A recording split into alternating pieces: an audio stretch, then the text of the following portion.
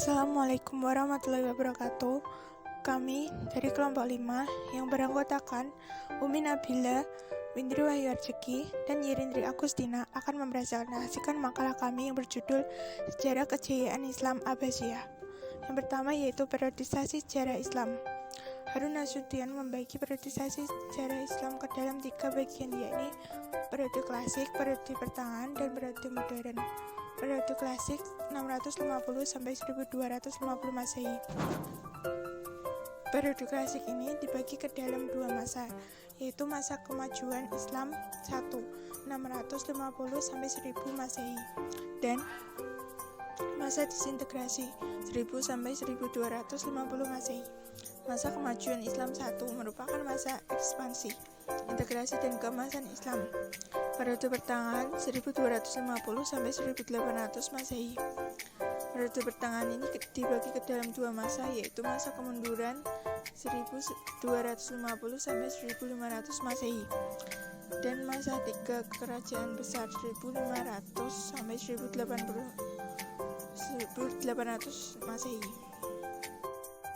Periode modern 1800 Masehi sampai sekarang. Periode modern ini merupakan zaman kebangkitan Islam. Periode ini ditandai dengan pendudukan Napoleon Bonaparte atas Mesir pada tahun 1798 sampai 1801 Masehi yang menginsafkan dunia Islam akan kelemahannya dan menyadarkan umat Islam bahwa di ibarat telah timbul peradaban yang tinggi dari peradaban Islam.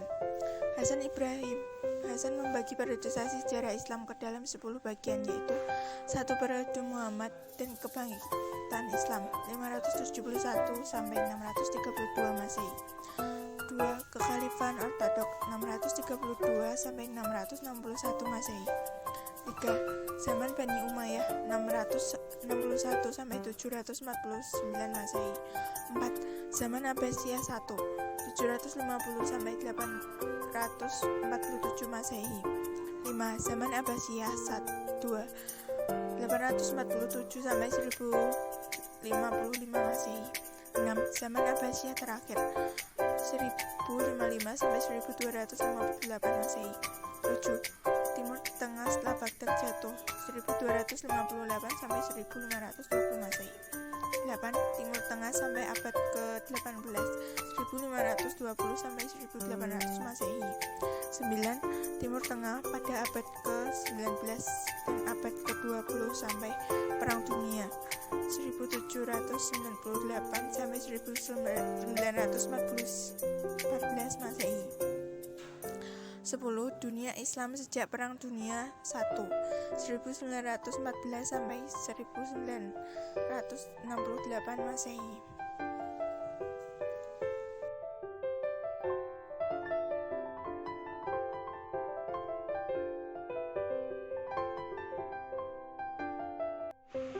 Selanjutnya masa kejayaan Islam atau dinasti Abbasiyah. Peradaban Islam mengalami puncak kejayaan pada masa dinasti Abbasiyah. Perkembangan ilmu pengetahuan sangat maju, diawali dengan penerjemahan naskah asing terutama Yunani ke dalam bahasa Arab, pendirian pusat pengembangan ilmu dan perpustakaan Bait al-Hikmah, dan terbentuk mazhab ilmu pengetahuan dan keagamaan sebagai buah kebebasan berpikir.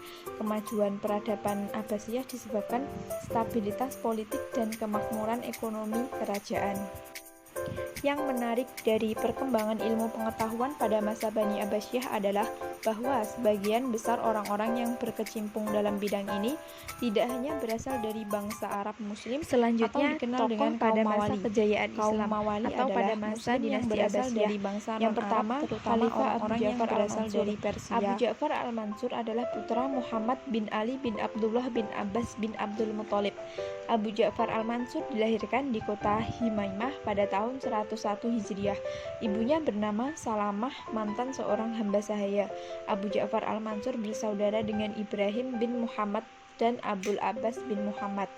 Selanjutnya, Khalifah Harun ar-Rasyid. Harun ar-Rasyid adalah khalifah kelima dari kekhalifahan Abbasiyah dan memerintah antara tahun 786 Masehi hingga 803 Masehi. Ayahnya bernama Muhammad al-Mahdi dan kakaknya bernama Musa al-Hadi. Selanjutnya, Khalifahan Abdullah Al-Ma'mun. Nama lengkapnya adalah Abdullah Al-Ma'mun Ibnu Harun Ar-Rasyid, lahir pada tahun 170 Hijriah.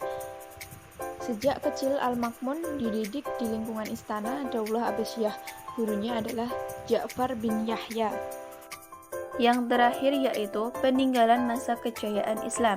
Terdapat beberapa peninggalan sejarah yang menjadi pertanda akan majunya dinasti Abbasiyah di berbagai bidang kehidupan yang ada pada dinasti yang berkuasa selama kurun waktu 37 abad. Di antaranya, 1. Dalam bidang politik dan militer. Di antara yang menjadi perbedaan karakteristik antara dinasti Umayyah dan dinasti Abbasiyah terletak pada apa yang menjadi orientasi kebijakannya.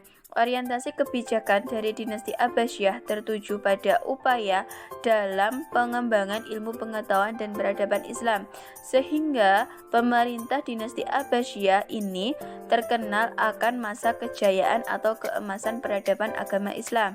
2. Dalam bidang ilmu pengetahuan, keberhasilan umat Islam yang menjadi pada saat dinasti Umayyah berkuasa dalam pengembangan ilmu pengetahuan, sains, dan peradaban Islam secara menyeluruh disebabkan berbagai faktor yang mendukung, di antaranya adalah kebijakan politik dari pemerintah Bani Abbasiyah terhadap masyarakat non-Arab atau Mawali yang mewakili tradisi intelektual dan budaya riset yang sudah lama melingkupi kehidupan mereka. Sekian presentasi dari kelompok 5. Kurang lebihnya kami mohon maaf. Akhiran, wabillahi taufik wal hidayah. Wassalamualaikum warahmatullahi wabarakatuh.